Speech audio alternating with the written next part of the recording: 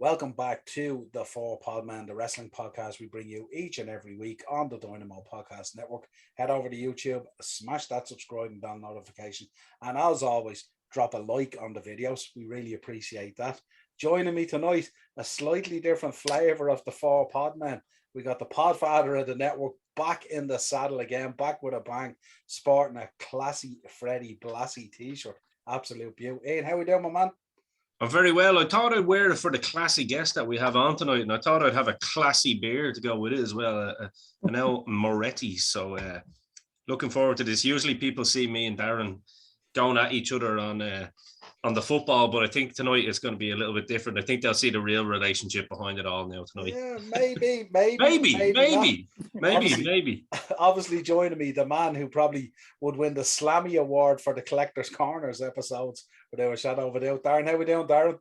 I'm doing all good, Niall. Thanks, man. Yeah. Good to see you, Eno. Yeah. You too, bro. I'm just trying to stay in your good books for that wheel if it ever happens, I already have that boxed off, Ian. Sorry. Well, I'm already in your good books, so we'll figure something out. I'll give you the Dynamite Kid stuff. Don't worry. Everything else is boxed off. But yeah, good to see you too, brother. Good to see you too. Awesome. So tonight we're going to take a quick look. We're going to do a preview of the biggest party of the summer. Some might say. Tony Khan might have a different view on that. Summerslam 2021. We're going to run down through the card, give our thoughts on it, what we think may or may not happen. So a bit of a fun episode, of course. Different dynamic tonight. Let's kick it off. I don't have these in any sort of set order, if you like, but we'll kick it off at the bottom of the barrel, I suppose. Alexa Bliss versus Eva Marie. You said the right thing there, by the way. Bottom of the barrel. Yeah. Alexa fall from grace, obviously, with the Finn being released. It's hard to know what the hell to do with her now. She's just going around like talking to a doll, basically. Not too sure where that's going to go. Eva Marie, I know, has been putting in a lot of work to improve her ring work, but sort of dropping into that Divas division or that women's division. She's dropping into a kind of a lion's den, really, isn't she? In terms of talent and in terms of quality. Darren? Yeah, it's just a total mismatch, man, isn't it? It's back to the diva days. Alexa's so good in the ring. She's so good in the mic. She's unbelievable. And Eva Marie, other than looking absolutely top of the pops, struggles as every aspect. You know what I mean? She really does. I just don't know what direction they're going to go with Alexa after this. And I even struggle a little bit to see what they're going to do with Eva Marie and the Dewdrop character. It's a strange setup, man. It really is, to be honest with you. Yeah. She certainly has a following, and she certainly has some sort of charisma or charm about her. I was at WrestleCon 3 years ago, and she had the biggest queue in the place. It was bigger even than Brett and Sean, and I was absolutely flabbergasted. I couldn't believe it.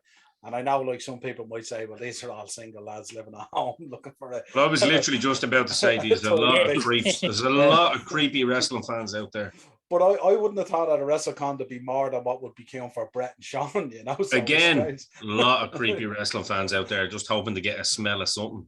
You know what I mean? A smell of gas or something. I'm not too sure, but let's be real. You know what I I mean? Jesus, bringing the heat tonight. Nice. Yeah, I'm telling you. It's the only thing that you would queue for. It's the only thing that they'd queue for. Let's be fair. Probably wearing hugger t-shirts. You know what I mean? Yeah. I don't know. Yeah. Let's move along from that. Let's move on. Raw Tag Team Championship: AJ Styles and Omos versus RK Bro, Randy Orton and Riddle. This is kind of an interesting dynamic, isn't it? This one between Orton and Riddle. It's kind of, it is, it isn't, it is, it isn't kind of thing. It's like the rock and sock kind of thing, isn't it? Almost, you know what I mean, of 2021. Yeah, except both men are in incredible shape. Yeah. If one of them doesn't look like a hobo. Yeah. Well, it depends. In fairness, Riddle looks like he scrubs up well, but he could live under a bridge downtown somewhere. Darren, what you thinking on this one? This has the boys must pick up the tag belts on this one, mustn't they? Yeah, they've got it. Even from a merchandise point of view, they have to, don't they? Really, there's so many ways they can go with this. I assume the boys will pick up the belts on Sunday night, and by Sunday evening on the WWE shop, You'll be able to buy caps, flat peak caps, hoodies, t-shirts, you name it. It'll be RK Bro Central. I'm gonna It's stop you Saturday there. this week, isn't it? Yeah, Isn't it Saturday, yeah. For the first time ever. NXT is on the time. Sunday. NXT is on the Sunday then, yeah. Darren, I'm gonna stop you right there because I know we've been collecting some skateboard decks and stuff like that. But if they drop an RK Bro, scooter, we're gonna be all over that, aren't we? we are at the right price, obviously. Yeah, absolutely. I'm definitely gonna leave you two to that. I'm just gonna watch. We're just gonna find Niall scooting around the shop on his own during the day. I go around the shopping. There's not many shops closed now. I can just go around the whole shopping centre and just do laps all day. We can all get together and do time trials at night time in there. We'll flip the escalators into horizontal so we can actually roll down it as well. Jeez, imagine that. Imagine. Yeah, straight through that big clock like Doc Brown and Back to the Future. Boom. Yeah, Ian, thoughts on this one? Yeah, I mean, you're the two of my favorite workers in the business, obviously, in AJ Styles and Randy Orton. I mean, look, I'm never going to be happy with what they're doing with these two. Do you know what I mean? I think they're definitely more valuable than being just stuck in some random tag team for shits and giggles. I understand that they're probably trying to get almost over. Yeah, I think other than the fact that he's fucking huge, there's not a lot really AJ can do with him other than give him the rub. I think Orton could probably help make him look like $1 million, and so could Riddle. I like Riddle in the ring as well. I have to say, I've always been a big fan of his work. His character makes sense. It's believable because it's probably him anyway. Yeah. You know what I mean?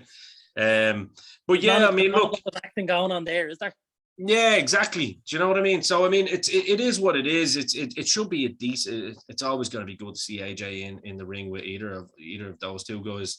But like I say, I still think I'd like to see Randy do a lot more. I mean, he's a main event talent, isn't he? He's an elite level talent. And hopefully this is the start of something that maybe brings the Viper back. And I mean the proper Viper, where he helps. I mean, look, maybe you lads could stop me here and correct me if I'm wrong, but Vince seems to be high on Riddle for whatever reason, because there was a million reasons and a million chances to fire him probably over the last year, so being around Orton, if they can build up that sympathy, and there's a big turn, almost like the way Owen's done with Jericho at the Festival of Friendship, which was still fucking one of the best segments ever, I just want to say. I think, it could help get Riddle over as a babyface as well, even more. And obviously just Orton knows how to really gain heat at the click of a finger. So yeah, it'd be an interesting match. I think it should be good. But yeah, there's a kind of you're not getting the best Randy Orton unless he's a heel, for my money. Exactly, yeah, 100%. Not at all. No, he loves that role of being the heel and of I'm walking to the aisle and kind of giving kids a little growl and all of that. He's an old school territory heel, isn't he? Do you know what I mean? He wants people trying to stab him in the neck. You know what I mean? That's what he wants. And there's not an awful lot of really good heels in the WWE at the minute. So this is another reason why this could pay dividends for them going forward. Create this monster heel, and all of a sudden, if you've got a face with a title on them, you've got an opponent for them straight away. Absolutely. I find a lot in WWE at the minute. Crowds are being left to their own devices with choosing a heel and a face, because the line has gotten so thin in between them. I'd agree with that. Yeah. Yeah, it's a kind of a blurry picture. I suppose Randy's looking to this knowing that the payoff is down the road, really, isn't it?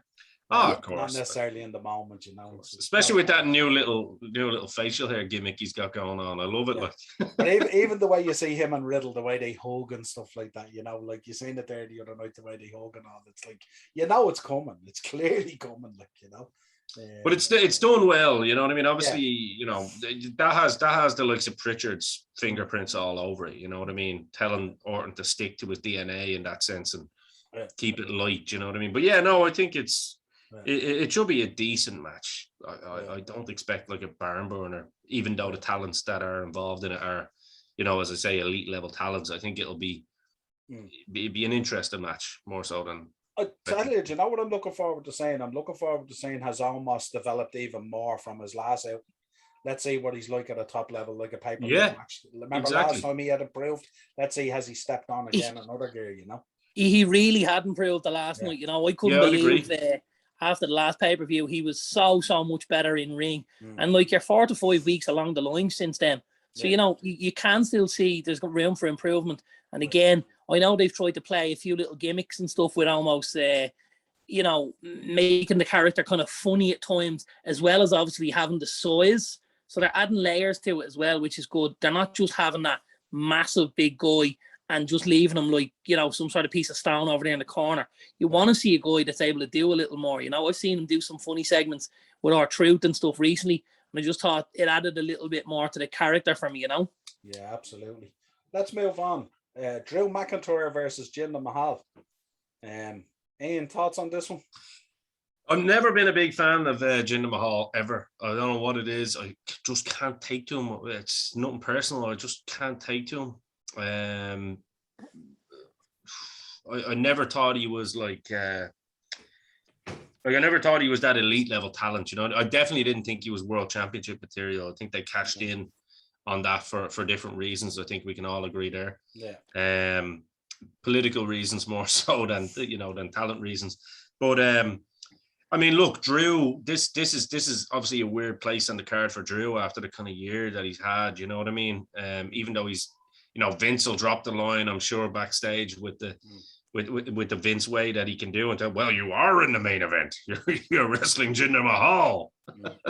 You know, it's kind of it's a weird one for the, I mean, Jinder's probably just happy to be back and getting paid. Whereas Drew, this is one for Drew that really kind of leaves me going, where are they going with him now? You know, because his move out of the title picture has been quite strange, hasn't it? That's it. That this is the one that baffles me more. Yeah.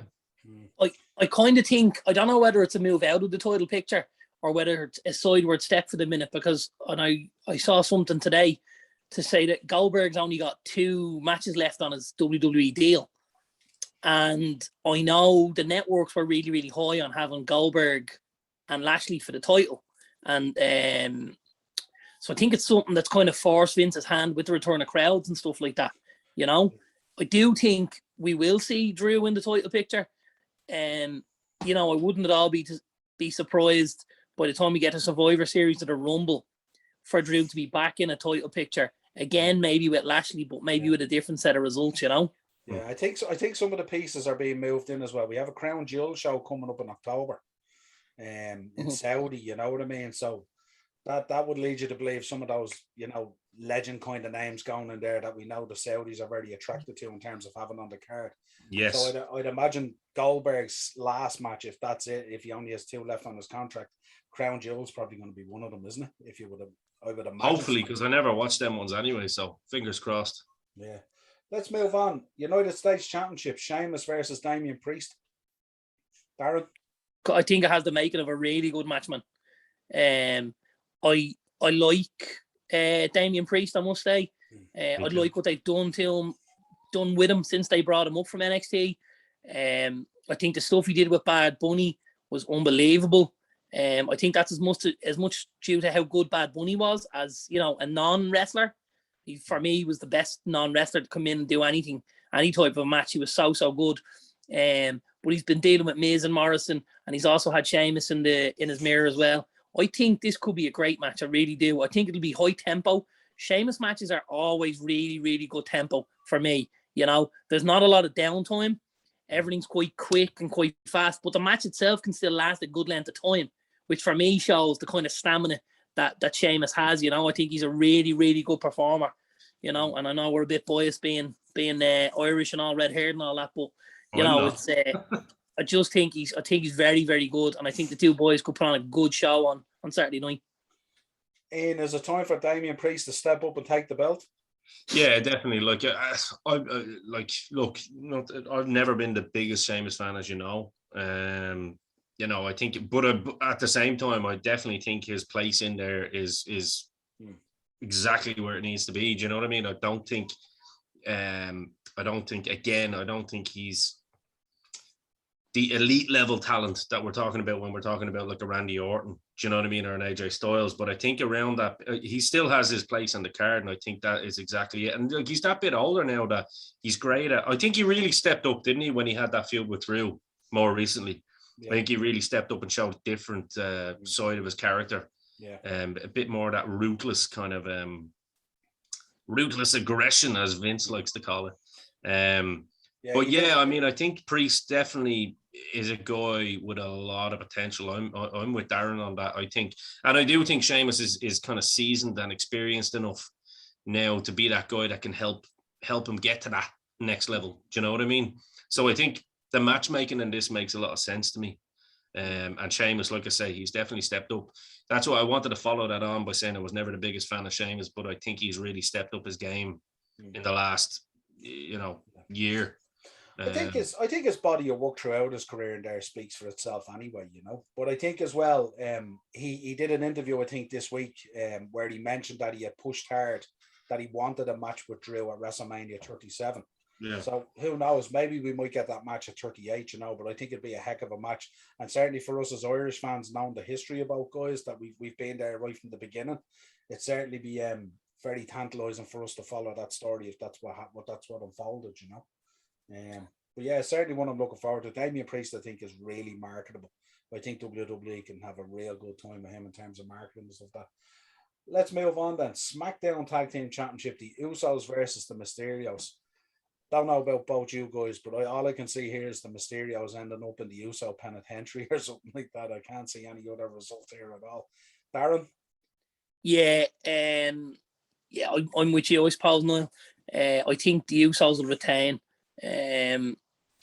Barring some sort of interference that I don't necessarily see at the minute.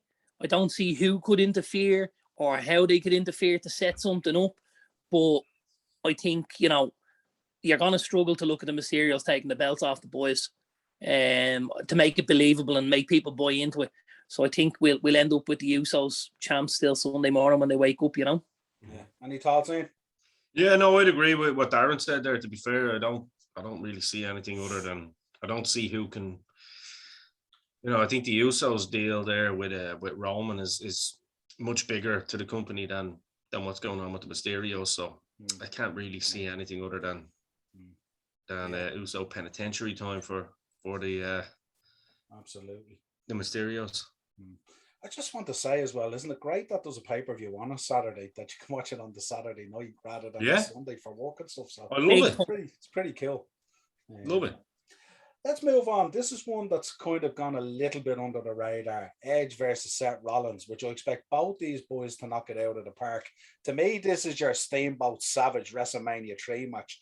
The one that's gone quietly along, but the one that I think could potentially steal the show on the men's side of the card. This is the one I'm looking forward to the most, I have to say. What's your thoughts on it? I'd agree, Well, look, I love Edge. Since he's come back, I think his body of work, I mean, he tore his tricep when he first came back and still fucking had Edge is from that old school, like the Triple H and all these boys that would come back no matter what the injury. As soon as he knew that he was clinically cleared to come back to wrestling, he didn't give a fuck about that tricep. He was coming back, I think there's not many people, in the business actually that have the fire that Edge has when he performs, you know what I mean? The intensity that he brings to the ring. And I think Seth Rollins is I think he's really taken on all the critiques of the past that legends like Brett and other people were kind of giving him to kind of slow down a little bit, be a little bit safer. I think he's really stepped up in the last kind of couple of years and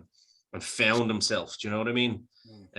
He can almost morph between like a CM Punk or you know what I mean. He kind of reminds me of that kind of guy that can kind of morph between characters, and he's good enough on the stick as well.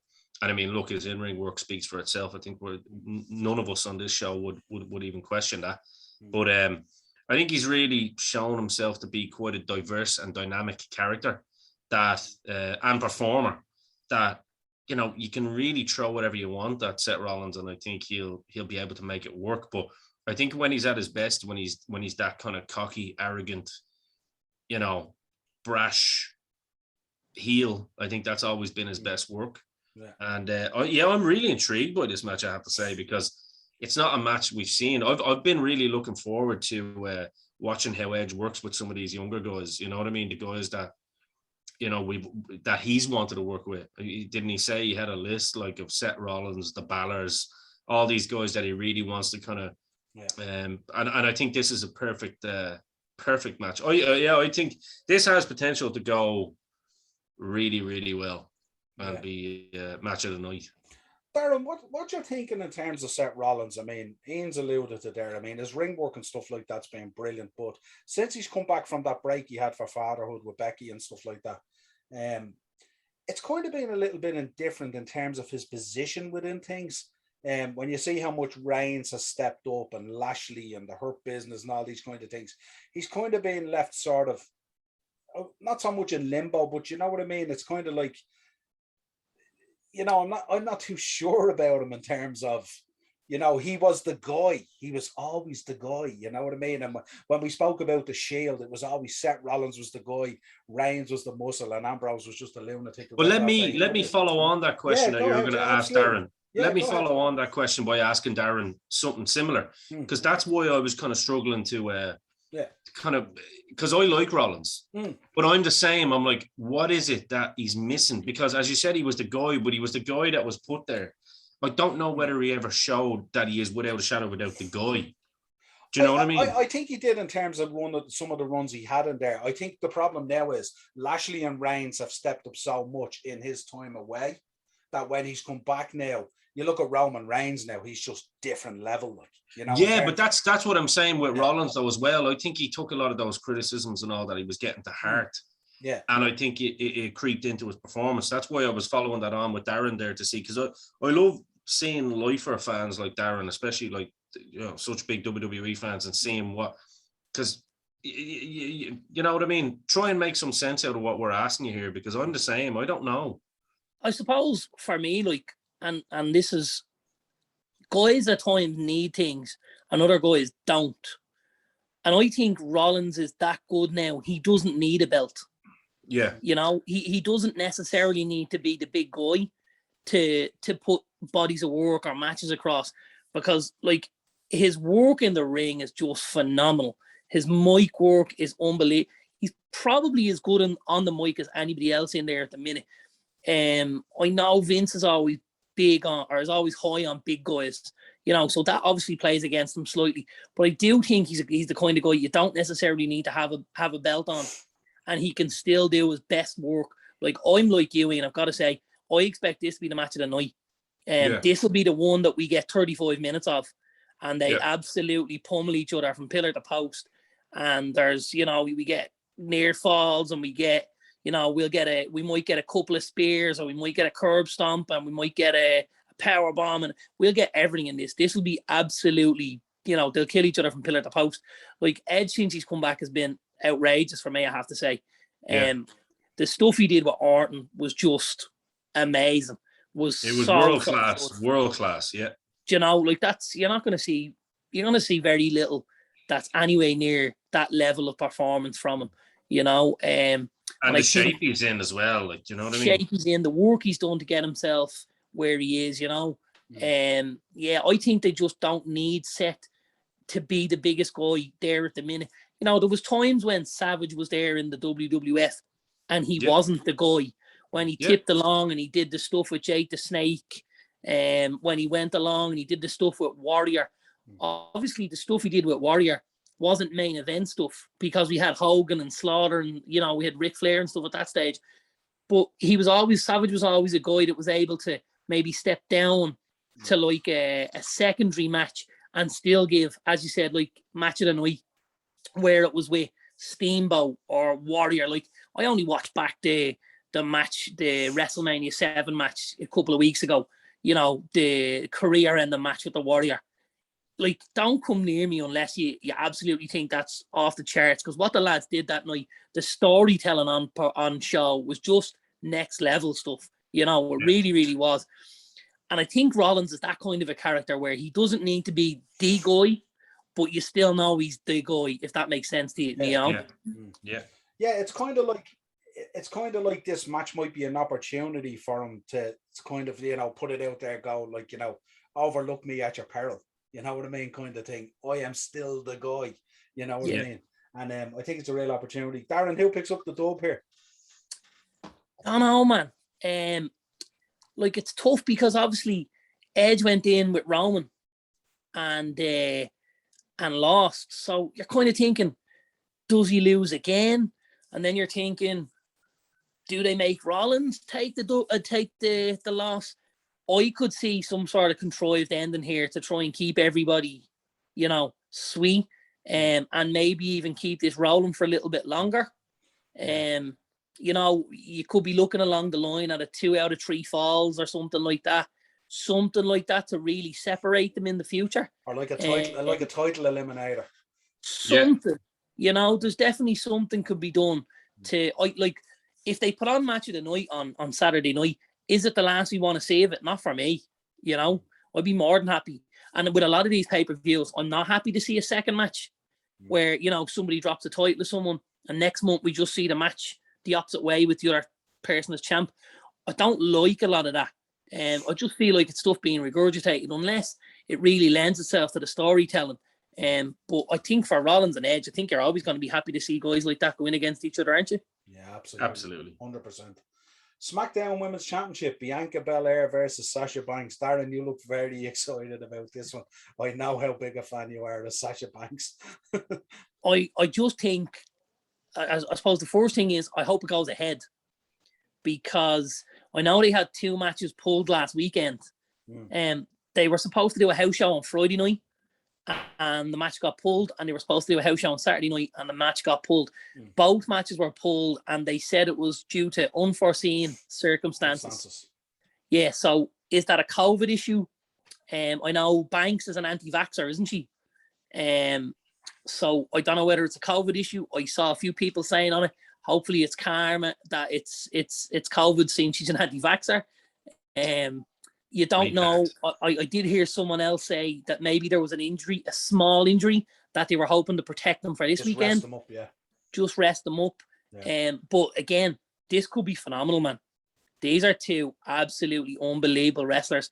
Like, again, I hold Banks in such high regard, as I do Charlotte Flair. You know, I think Charlotte and Sasha for me are right at the top of the tree in women's wrestling. But I think given enough time and enough matches, we'll add Belair to that kind of upper echelons. I think she's going to be a big star, to be honest with you, man.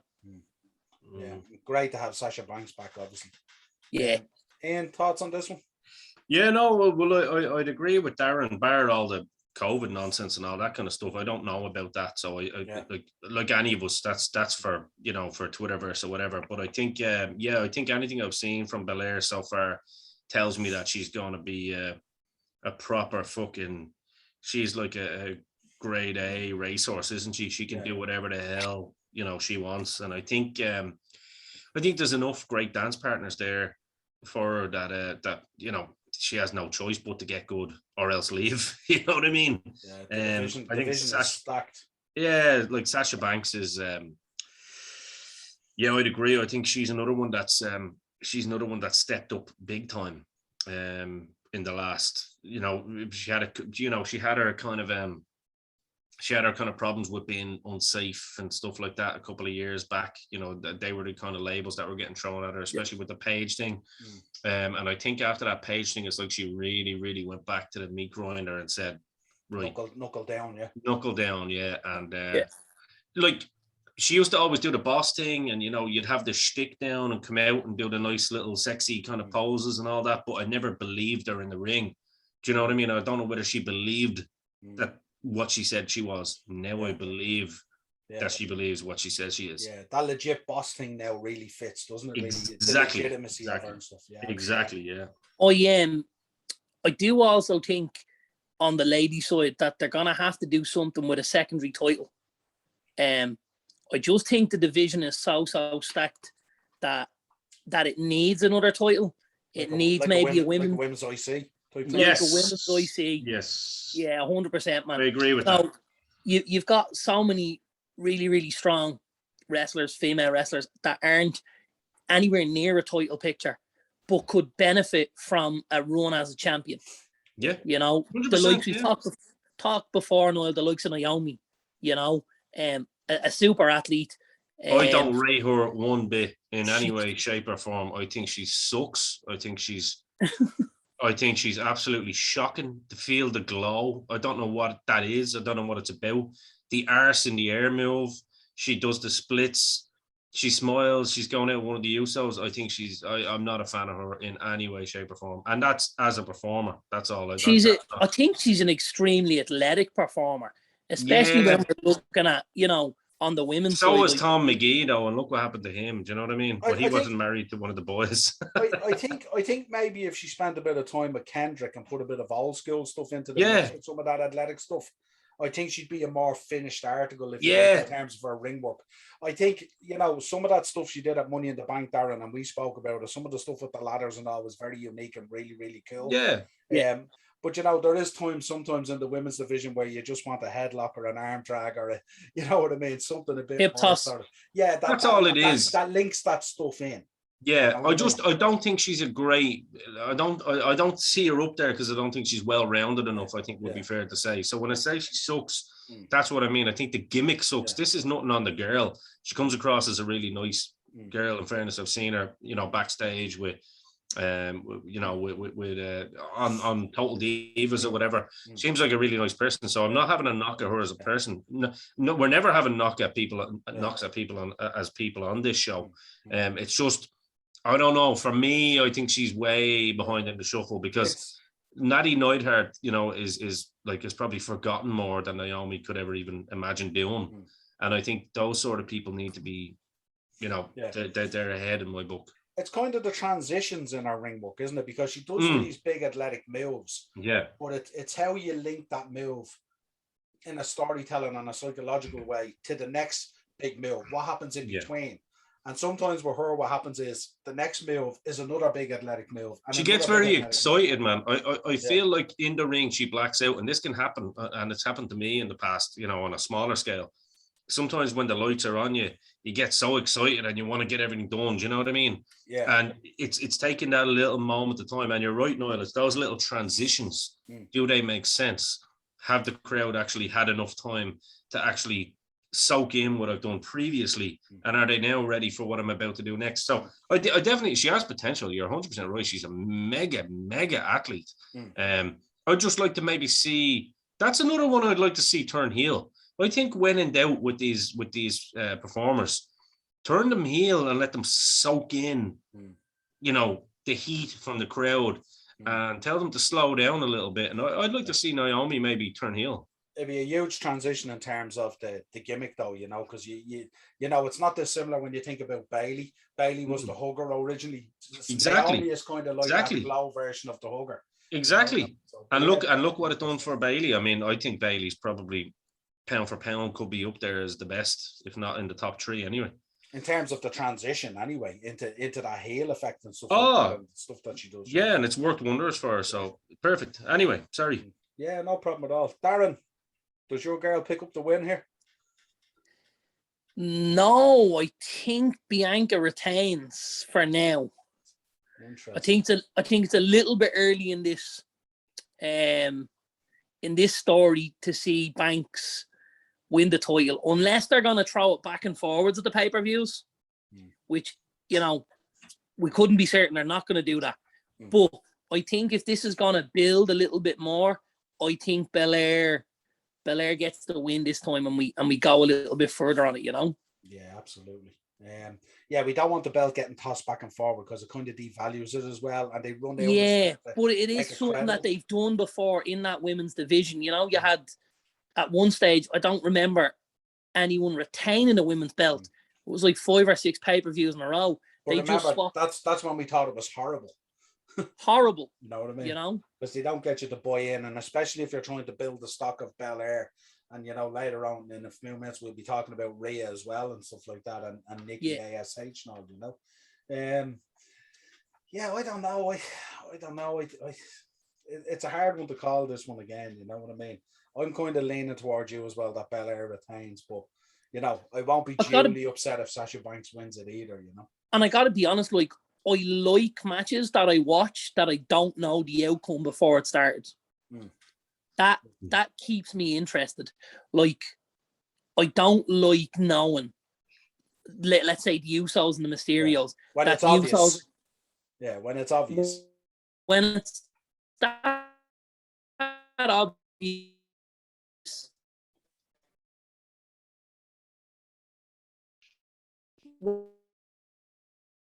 You're filling time to do with a match. Like, you could roll it for the SmackDown. You could give two other guys a crack at something and give them a shot. You know, I just feel sometimes they see this they see the title as a massive or as too big of a deal at times, and they just try and ram a show with a lot of title matches. And you're like, at times there's other less guys is more, like, you know what I mean? Like, let's have like 2 or 3 title matches on the night, and then let's use the other title matches to go week to week on the shows. Yeah, I think though they're under a bit of pressure, aren't they, with what the opposition is, the moves that the opposition is making at the moment, you know what I mean, in AEW. So they do have to really put on a massive show here and knock it out of the park as much as they can, you know. Yeah, true. There's external pressures there, you know. Let's move on anyway. WWE Championship, Bobby Lashley versus Goldberg. Ian, you take this one. I don't know. Good old Bill just keeps resurfacing. Yeah, oh my God, he's really cash. Oh, well, look, he's still fucking over. Give him that. So the company's not making wrong moves by bringing him back, but good Lord, by putting him in these title matches. I mean, look, if this isn't, I'm going to just lay it out. If this isn't anything other than a squash, it's a waste of time. Is this the Money in the Bank Kofi Kingston match again, Darren, but just with a bigger guy? This raising Lashley stock here, or we're hardly going to see the belt going Goldberg heading into Saudi Arabia, are we? Listen, if we do, then I am all out. Yeah, it's a scary prospect, to be honest with you, man. Hashtag. They should 100% be building Bobby here. Yeah. But we've got to remember this is Vince. You're nervous. I can see it in your eyes, man. Yeah, man. I don't like seeing Goldberg anywhere near a main event. No. Like, he's just so far away from that. And I mean, I think there's other ways you could have used him. Like, you could have Darren, what is it with Vince's infatuation with Goldberg, considering he didn't make him? That's the one that surprises me the most. I don't necessarily think he knows he's money. I don't necessarily think it's just with Goldberg, because I mean, we've seen him do it with other guys. Like, he loves a part-timer. No, but they were all made element of. But most of them were made on his watch. That's what surprised me with Vince, is that the Goldberg one. Now, I do agree with Niall. He knows his money, but still, in these positions that he puts him in, like, that hurts his own talent that he's making himself. It's kind of like, I'm like, my stomach is in knots thinking that he's going to win this belt, man. That is like, I'm thinking they could have given us 2 main events there, and they could have just put Cena versus Goldberg as some sort of a secondary marquee match, and just there we go. They're talking about it for a crown jewel, aren't they? Yeah. They're talking about Goldberg and Cena for crown jewel. Now again, like, the fear is if Vince feels that it needs a title involved. That's my biggest fear. Yeah, and so then you have me questioning things now. See, me and Darren are huge Hurt Business fans, so this is scary for us. This should be Bobby putting an absolute beat on a guy in 3 minutes. Yes, that's what I was saying. This should be a beatdown. Yeah, 100%. But you can never ever, rubber stamp that with what Vince is going to do. You just don't know. I don't call him the evil genius for nothing. He's just. I think nowadays we can take out the second part of that. He's just the first part. I don't think there's any genius in Vince. It hasn't been for a long time. Hasn't been since the summer of Punk. Well, I suppose the genius of bringing Goldberg back here now and lending credibility to it as a high point on the card means he's going to get an extra palette of those Benjamins sliding up into the back of the jet in Saudi Arabia.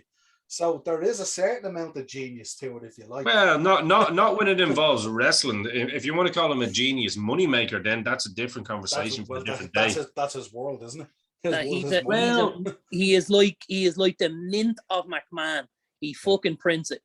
He really does. Oh, he definitely does. And the thing about it is, that's the question is like, you know, this is a man that talks about what the fans want and hasn't listened to them for 20 years. Yeah. And you've got poor old Paul Levesque sitting at home going, I can't wait until this lad just fucks off. Like, you know what I mean? It's madness. I find it madness. I mean, why not bring the son-in-law back? It'll be cheaper and it'll be more entertaining. Yeah. Way more. Yeah. Absolutely. So concerned, but fingers crossed. Hopefully MVP gets more. I'm not concerned, to be fair. I'm not concerned, lads. I'll actually be the opposite of you if Goldberg wins. See, ain't the WCW residents on this podcast as well. You know? Okay. I'll be sitting there laughing my ass off going, do you know what, Tony? We were right there, fucked up. See, Darren, this is what happens. Ian was into rock music. He was never into Death Row or anything like that. So we get the Hurt Business thing, you know what I mean? Ian was a Pantera, Iron Maiden, and all these guys. You know? I've got Tony Khan on speed dial. I'm on the lookout for one of them canes, lads. If anyone sees one of them canes, hit me up, yeah? I want one of them canes. We will. If Lashley ends up dropping this belt to Goldberg, he might have Tony Khan on speed dial as well. Oh man, fuck you now. Imagine it. Yeah. Anyway, I'm predicting. I am going to stick with my prediction, though. I think. I'm not going to predict it because it's not a prediction show. It's more what we hope. I do hope, for the sake of the product, that Lashley does it in like 3.5 minutes at most. You know what I mean? Yeah. Oh, I thought you were going to hit us with a swerve there. I thought you were leading us down a path there. I couldn't do it. Okay, let's move on because this one. It's not how I really feel. This one does give us palpitations, but we'll move on from it. Here's one that's a real pet peeve of me. I hate triple threats. Raw Women's Championship: Nikki ASH versus Charlotte Flair versus Rhea Ripley. I hate triple threats. Darren, you take this one. It's like Nikki's gone for a walk and she just got lost somewhere and she's found herself in the middle of a match. And she's like, oh, they're letting me in a match here with these really two great superstars. What will I do? I'll dress as a superhero. This is just, This could be the goodbye for Charlotte, couldn't it? Because I mean, it looks like the writing's on the wall. It looks like it's coming. So could be. I think what we're going to see is, I think we're going to see Charlotte and Rhea absolutely annihilate each other. Yeah. I think Nikki's going to be sitting outside, scratching her ass for about 5 or 6 minutes. And eventually, when the two girls have pummeled each other enough, she'll roll someone up and escape that title. And we'll just all be pulling our hair out. Yeah, I think so. That's exactly what I have. Yeah, I think I think the almost superhero, I think, should be spending a lot of time out on the floor. And just Me too, yeah. I think so. Do you know what I find weird? And you touched on it there with Charlotte potentially heading off maybe the AEW with Andrade and Rick over there now. I'm kind of thinking if I'm in a couple or I'm in a relationship or I'm in a marriage and like there's two big companies here who potentially are going to meet head on head, it has to happen. And one of them is going to win and one of them is going to lose.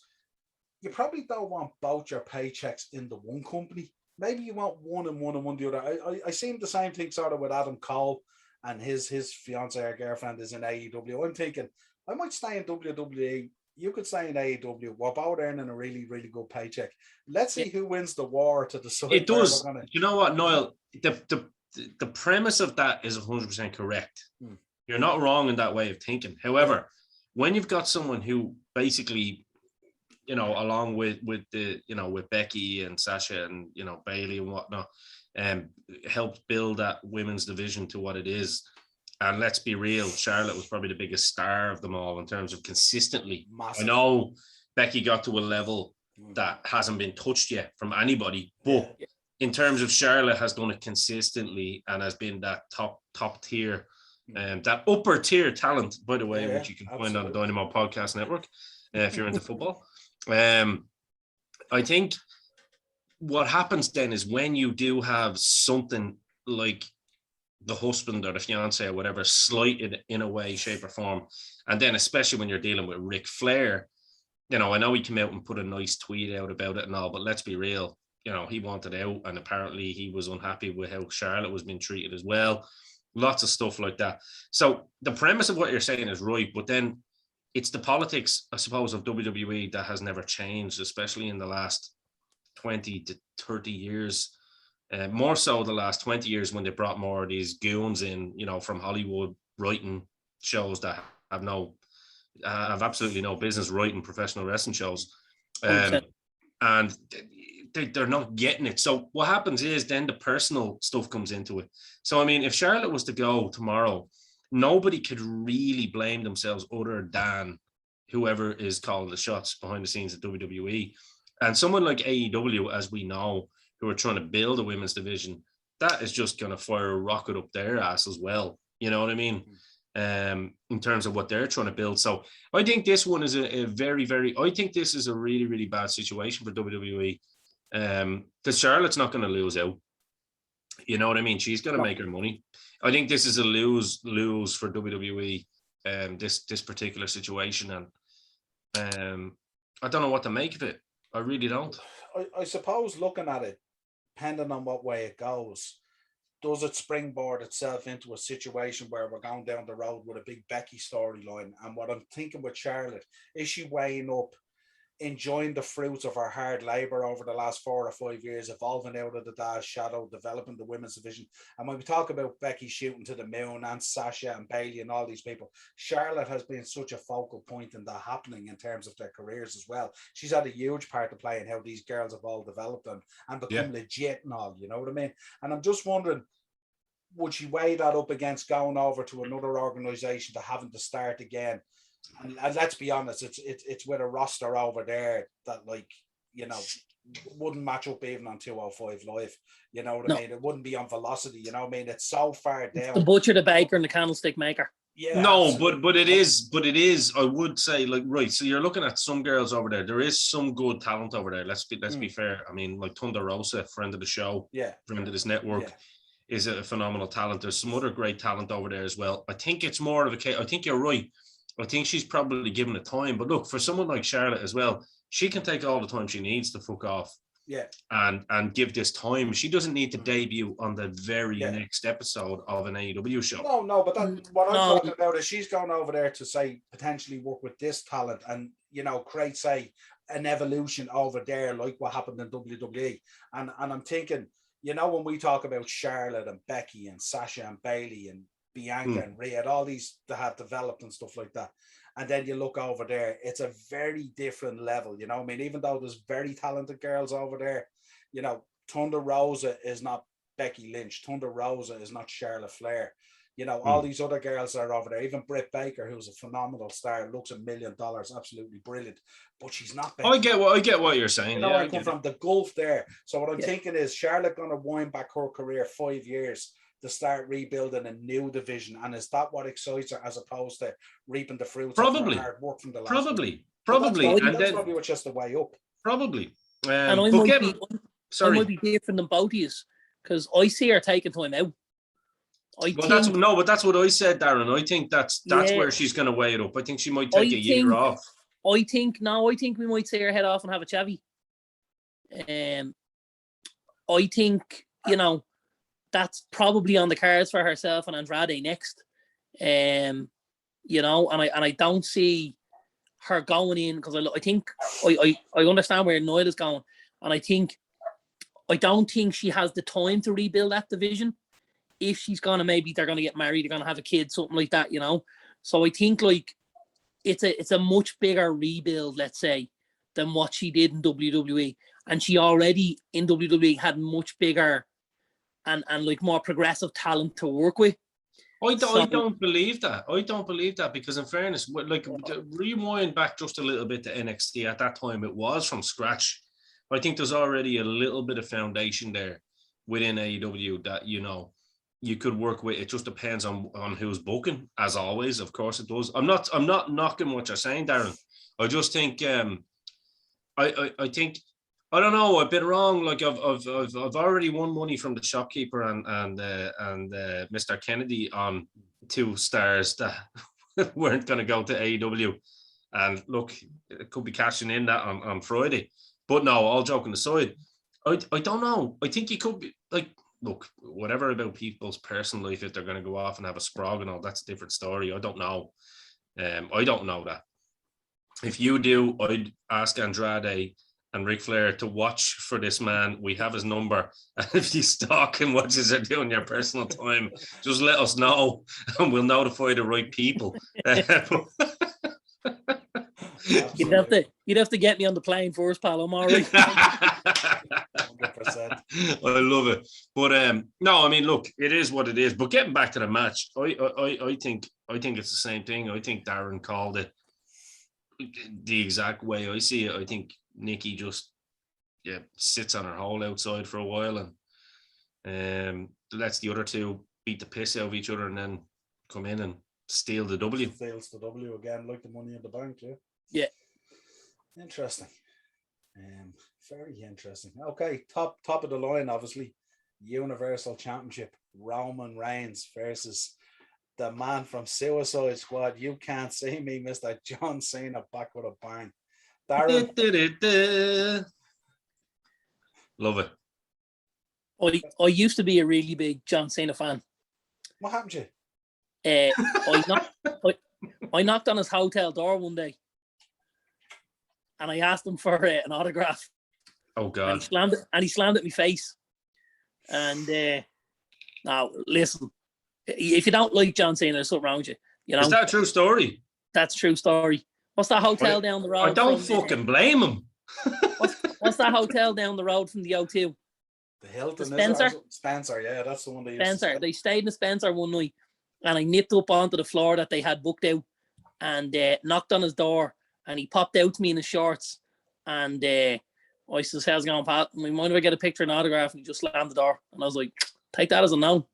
You probably ruined his bleeding bop. Chap was probably having a fucking mid-bop, thinking room services on the way. This man needs his chicken fillets. This man was recording the Patreon version of Total Bellas or something like that. Absolutely. You know what I mean? Darren looking for sympathy from the Dynamo podcast world because he nipped up onto the fucking floor where the man is staying. Just happened to knock on his door. Just happened to. Darren, you got what you deserved on that one, bro. Sorry. Explain this to me as well. Did you go along the whole corridor till John Cena? How did you know his room number? There may have been some green that passed hands. Oh, Jesus. Oh, God. Myself and a little Asian gentleman who was working in the hotel, I crossed his palm with some silver, and he showed me where to go, let's say. And then you got shown where to go. Did you go down and beat the piss out of that Asian man and say, fuck you? You didn't tell me you were going to give me that reaction. Oh, yeah. I still can't hold it against old John, you know. I got to say, he's top of the pops. I like seeing it, I really do. Even though he slammed the door on my face. Rightly so, by the way. All the stuff 100%. I wouldn't do it again, you know. I'm going to hold my hands up and say, no, you deserve that, bro. You deserve that. When I'm wrong, I'll say I'm wrong. So I was wrong on that. It's a good job you weren't looking for a Punk. Darren, do you know where you messed up? A Make-A-Wish t-shirt on you would have sealed that deal. 100%. You would have got everything signed. Belt the whole lot, brought in. You could have shared the whole lot. Could have helped them finish. I reckon this is going to be an absolute match full of shenanigans, you know. Secretly, I know the assumption has been made that Punk is going to rock up to AEW. I'm holding this little candle and I'm like, please let Punk rock up to SummerSlam on Saturday night. Now, I know it's like the candle in the wind that fucking Diana had at one stage. Well, you have hope. You have hope. That's all I've got, man, at the minute. Until Saturday night comes and goes, I still have hope. I just more chance of me rocking up impersonating CM Punk. I think there's so many things they could do. You know, Cena's obviously brought in I'm going to kiss the title belt and sit over the guardrail and everything. He's brought Punk into it. I think if the Heyman storyline, I think like there's so many things they can do if they brought Punk in right now. Now listen, I'm like everyone else. I'm a realist here. I do believe he's on his way to AEW, but there's this little candle inside me burning which says if he rocks up on Saturday night, I'll wake the wife, the fucking kids, my mother-in-law, the fucking street. I'll have Cult of Personality playing out the fucking window on the work on Sunday morning. I'll just fucking lose me bananas altogether, man. I really will. Here's what's gonna happen. let's go to the reality check now in the classy Freddie Blassie shirt. One bit of hope I might give you is a certain Mr. Finn Balor isn't on the card. Hey, Niall, don't be stealing me thunder. I was about to go there. I just mentioned, but I'm leading you in. I'm just the host, so I'm going to hand it to you now. Go ahead. I have been predicting this for Jesus H. Christ. I don't know, for as long as people have been listening to me about it.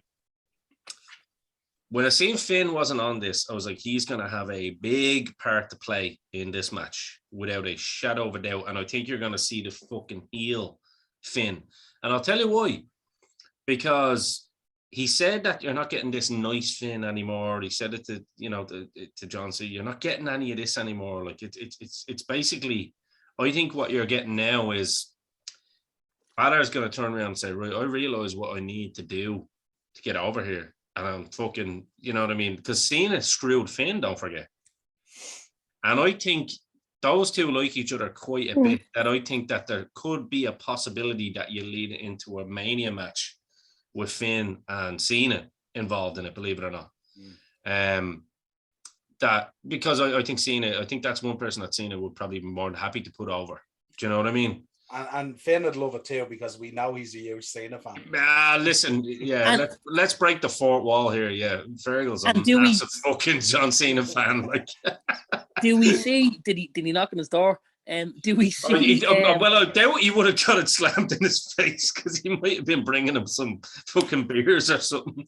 Do we think then that Balor is joining Reigns and the Usos? Well, this is why I want to pass it over to my right-hand man, Niall, here, because he was the one that brought this up to my attention, and I didn't really give it any kind of weight or thought. Yeah. But now that you're at them mentioning it, I'm all ears, actually, now. Yeah. I just think, well... I'm all ears. The way if we're saying that Balor's going to come in and he's gonna ruin it for Cena, he's going to put the kibosh on that, it makes sense for him to roll in as that cocky heel alongside Reigns and alongside the Usos, and form some sort of a faction. Obviously, we're not getting the Bullet Club, but we're getting some faction where he plays a big part. And maybe that's where you see the elimination of maybe Heyman, in that Balor is able to take on that kind of talking role and that speaking role for the group. It's crazy to think, actually, isn't it, that Balor is now someone that can speak really. I mean, he can always speak, he was always an intelligent guy, but now that his promo has got to that level. Like, you could have Reigns as the muscle of the group who can also speak, but you could have Finn as this smaller, more athletic, kind of Shawn Michaels, cocky heel, arrogant little prick that you just wanted to slap the face off, So we could say like a new Shield, but instead of Rollins, we have Finn. We could, The other thing I was thinking of, and Ian touched on it there, that if he goes into a program with Cena leading to Mania, I was thinking, if Finn went, I know he spent a lot of time with Michaels down in NXT and stuff like that, but the way Michaels would handle that, Michaels would come out in the Cena gear on him, that kind of way to absolutely rip the piss and dig it in there. And I wonder if we do see Finn interfere and cost Cena the match and go into a program with Cena to get that real heelish side over him, is he going to come out with the wristbands on him and the hats and the towels and all that kind of stuff and absolutely dig it right in there, really have a go at that whole scene. Well, I think, wrestling logic 101 tells you two things. The first thing is that Finn Balor's name was on the contract, right? He got fucked out. There was no kind of justice done in that he got any kind of reimbursement out of it. You know what I mean? we all thought that there was going to be some sort of kind of, maybe triple threat made out of this or something, or he would kind of fight it, to management on SmackDown. No, there was nothing. It's just been silence. So unless Vince has just fucked over Finn Balor one more time, which I doubt. Well, but I wouldn't be surprised either. Good Lord, if you let someone like Finn Balor go to AEW, then you may as well give up, because he'd absolutely thrive in that environment. But anyway, that's a different. Would he have to get a dinosaur mask though? No. No. Would he join the Jurassic world? Express? Would he join the Jurassic world at a fucking Triceratops? No, he'd be the guy ripping the masks off. Yeah, exactly. But I think I do. Yeah, I think it all makes sense that Finn has some hand to play in this. Do you know what I mean? And he'd be more pissed off at Cena because of what Cena did. And like, think of the promos. Cena, like, you've almost got that whole Punk dynamic again against Cena. You call yourself a stand-up guy, yet you come back and you rip the contract out of my hand, even though you know my name's on it. You're just all about yourself. You're the exact same. You haven't been here in blah, blah, blah amount of years. You know what I mean? If I had he can reference The Rock and say, well, when The Rock came in and you said, he was a part-timer and this and that. Yeah. Now you're Big John from Hollywood. Exactly. Reference all of that. And say you're exactly what you said you hated. You're just a hypocrite. Yeah. And here you are, a 45-year-old man still looking like Barney the dinosaur. That's you know what I mean? Like, you never grew up. You're still walking around like a 12-year-old kid with your little hat on you. And, and Balor could go in. Fruity Pebbles, absolutely. You should go to AEW Cena and be the Luchasaurus. Yeah. Here's another scenario for you that I was thinking. What if Balor comes down to the ring and we know the Money in the Bank? The important thing in the Money in the Bank is the title contract, not actually the Money in the Bank briefcase. So Balor in his hand at the moment has a signed contract for the SummerSlam championship match. So what happens if this match unfolds and both these guys are beat down and he comes down and cashes in his legally binding contract? Well, I have to say, if that happened, right? If that happened, that would usurp probably anything that AEW do on the night previous. Which is WWE's goal, I'd imagine, on this. Yeah. I mean, that would be a curveball. And then some. But he didn't sign the contract, you see, so it's not legally binding. But the contract is legally binding technically, but neither is this match legally binding either. Yeah, so, and that's where I suppose I see the idea of, him getting involved to piss all over Cena. But I don't necessarily see him going, the contract is mine, because, I know Niall likes to do these. Finley Martin always says it. He's like, what are you talking about? The contract. Niall's getting excited. I appreciate it, though. I like it. He's getting excited. Listen, I think it's, it's an idea, and anything that's going to swerve us is great, We want to be swerved, in fairness. 100%, absolutely. But I don't think they'd go that far into it, to be honest with you. I think we'll just see, Balor maybe get into the ring. Maybe the Usos are involved, and they're doing something on Cena, and maybe Balor will give Cena a dig out to get rid of the boys out of the ring, and then eventually he'll drop a low blow, or he'll do something, and that will be drop kick into the corner, coup de grace, boom. Get him up and hit him with an attitude adjuster. Yeah, that's the type of thing I think we're likely to see, Yeah. Do you know what I have to say in wrapping up? Like, I'm not wrapping it up for you, wrapping my opinion on it up.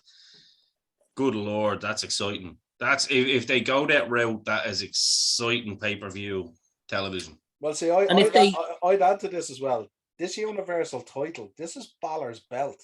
Don't forget this. And myself and Ian have spoken on a number of episodes that man's career path and that man's career cycle all roads lead back to that belt because there's unfinished business there because of that injury. Yeah. So in terms of storytelling, that's the completion of it, if you like. If we see nothing on Saturday night as to what we've spoken about, we're going to fire this over to WWE and tell the boys we'll wait for the offer in the post and we'll read our contracts before we sign them up as writers. Because if they give us nothing of the above, that's where their biggest mistake is going to lie. Yep. And that's where they're going to lose battles and wars against AEW, you know? Well, I'll tell you, actually following up on that, Darren, that's absolutely apropos for this podcast. That's my new word. Anybody that knows it, apropos. Shout out to Jay Kennedy. Shout out to Jay Kennedy. No, it is 100%. It's like we could write this, and we're supposedly amateur writers, but guess what? We're not writers. We're pro wrestling fans, and we understand how it should work and what makes people pop and what puts asses in seats. And I'm telling you here now, I would agree, Darren, if they go down that route, perfect. If they don't, they need to fire every single one of them and literally get 3 contracts drawn up tomorrow, and just hope that Tony Khan doesn't call me in the meantime, because you never know. I reckon you two guys would be all right, but after a month of booking with me, I'd be fired. There's no doubt about it. I would be fired because I'll be dropping pipe bombs every Raw, every episode, every SmackDown, every 205, every main event. I would, you two guys would mose along with Vince and there'd be a bit of sensibility to it. I think I'd break his heart. I might be the Russo for him, you know, that kind of way. Nah, man. I think I'd be with you on that. Like, don't imagine Mr. Kelly there lying down to have his belly tickled either. Yeah. I'd imagine we'd be ruffling feathers, man, because the product that's being put out at the minute, with the talent at their disposal, is, you know, subpar to say the least. Yeah. It's they've got the production end of it, they've got the graphics, the music, they have everything to stage the best programming week to week. But that doesn't always happen. I wonder if this is a technique by them at the moment to dampen down the TV to boost the pay-per-view to look massive. Well, I think, yeah, because don't forget, the one thing that AEW has done, in fairness to them, is they put a lot of effort into their pay-per-view purely because it's on a like a tri-monthly or quarterly basis, isn't it? So they're doing what what WCW used to do. And they're kind of putting a lot of effort into building those kind of storylines. Now, it hasn't really kind of reaped the rewards until now. But regardless, we are here. All the people that were shitting on AEW and saying this and that, they're starting to eat their words a little bit, because there is starting to become a little bit of traction to what they're doing. Exactly. And I've been calling it on these shows for the last 2 years, saying this is still a baby company. You know what I mean? And it is. And I think I definitely think that WWE are kind of going, oh shit, like these guys could be serious here. If he keeps building it the way he's doing, they could be serious, because I mean, in terms of their merch, this is, you know, they're putting their money where their mouth is with their merch. You know, they've got their you know, their figure lines out. They've got the game coming up. Their figures are shite, man. I like them, I have to say. I like the packaging on them too. I do like the packaging. And their head scans are brutal. Like, they have head scans, but I like the packaging though. But either way, the fact is, Darren, whether you like them or you don't, they sold out. They were impossible to get. They're selling. They're making money from them. Not in anywhere other than a small couple of states in the US are they selling out. You go into Smith's tomorrow, there's fucking racks of the stuff left there, because the kid walking down the street doesn't have a clue who Sammy Guevara is. Yeah, you know, there was a kid at Christmas that didn't have a clue who Adam Page was, and guess what? Dynamo sold it to him and said, you need to buy that, and he was like, all right, and he bought it. True story. But no, the point I'm making, Darren, again, they're a baby company still, starting. that are at Listen, doing wonders. I think, Niall mentioned earlier, I'm not a fan of it. If it was in the back garden and closed the curtains, I'm so not a fan of it. But even I, as an extremely loyal WWE subject, will tell you, if WWE keep letting guys go, and AEW keep getting them on board, and keep giving them storylines, and keep giving them platforms to go and show WWE what they missed out on, eventually it's going to come back to bite WWE in the ass, 100%. I have seen some of the stuff. Now, again, some of the stuff I turn on, I go, do you know what? That's absolute horseshit. I couldn't watch it, and I turn it off. But I have seen them do some stuff, and I thought, you know what? I don't like it, but it's all right. Exactly. So, and that's the point I'm making. I think it's the fact that they're there in the conversation, the fact that they're actually willing to work with all the other companies. You see New Japan now. This is what Eric Bischoff done, don't forget. You start opening up to AAA, and this is where you start bringing some of these guys in. Anyone that thinks that Tony Khan is just spending millions and millions of his dad's money is wrong, because he's not. These guys are coming in on less money. A lot of these guys are coming in on less money than what they were making in WWE, because they've nowhere to go. So they don't have bargaining chips to say and demand, well, I was on $3 million a year in WWE. I'm just using it as an example. So I want 3.5. Well, Tony can say, well, go back to WWE and ask them for the 3 million again then. Do you know what I mean? These aren't stupid men. They're bringing them on shot deals. A lot of these guys that are coming in now that you're seeing appearance here, appearance there, they're brought in on shot deals. You know what I mean? And they're also coming in on much lighter schedules. Exactly. Which is something that's always hurt WWE, was their scheduling. Where they were on the road, 290, 300 days a year, and talents were getting injured, and the travel was knocking the bollocks out of me, Khan is clever, and I don't think Khan will do that. I think he'll be more than happy to roll with his couple of shows, and his bi-monthly pay-per-view and stuff. I think he understands that wrestling doesn't need to necessarily be saturated the way WWE have. And like you said earlier, less is more. Yeah. Create a want and let it settle. Exactly. Create a want and exactly. Well, I'm gonna have to shoot off in the next 2 minutes, and I'll be back, obviously. But one thing I did want to say just before I leave, when you think about it, right, the scary part for me is the people that I've been giving out about. And I won't say people, but one in particular is someone like Kenny Omega, right? Now, the scary thing is when I look on the latest episode of Rampage, and then I watch him actually have a pro wrestling match with someone like a Christian Cage and actually slow his shit down, that's when it starts becoming like scary prospects for me. You know what I mean? That some of these guys are getting it. You're on the verge of putting the Kenny Omega t-shirt in the basket, are you? I'm telling you, might wash it. I don't own it yet, but well, lads, it's been an absolute pleasure doing this preview on SummerSlam. The hairs are standing up on my arms now thinking about this. I'm excited for this. I hope you guys are too. As always, Dynamo Podcast Network on YouTube. Audio versions of the show, Spotify, Podbean, Apple iTunes, wherever you pick up audio versions of the show. If you want to contact the show, drop your comments in the bottom of the video. Obviously, drop a like on it as well. We appreciate all that. Subscribe, all that good stuff. Some fantastic stuff on the network. If you want to contact us on Twitter, @TPodmen, on Facebook, the 4Podmen. Get over there. Let us know your thoughts and predictions for SummerSlam. Going to be one hell of a party coming up this week. Cheers, boys. Go on the break.